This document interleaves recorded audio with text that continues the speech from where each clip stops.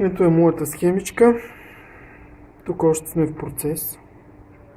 Просто само пробно. Това е захранването на 5 волта за захраня това. Пускам.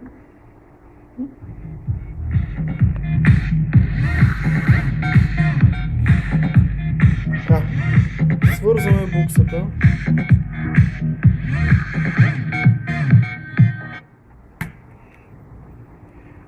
Отчита, че прехвърля. Ето, сега ще прехвърля тук. Светва. Няма звук, понеже още не е свързано. Сега натискам от друга страна, се прехвърля и си почва радиото. Обаче следния проблем. Натискам да изключа. Радиото блокира и може би само свети. И това започва да стои постоянно пуснато. Да се рестартира. Като извадя буксата и се оправя, изключва радиото.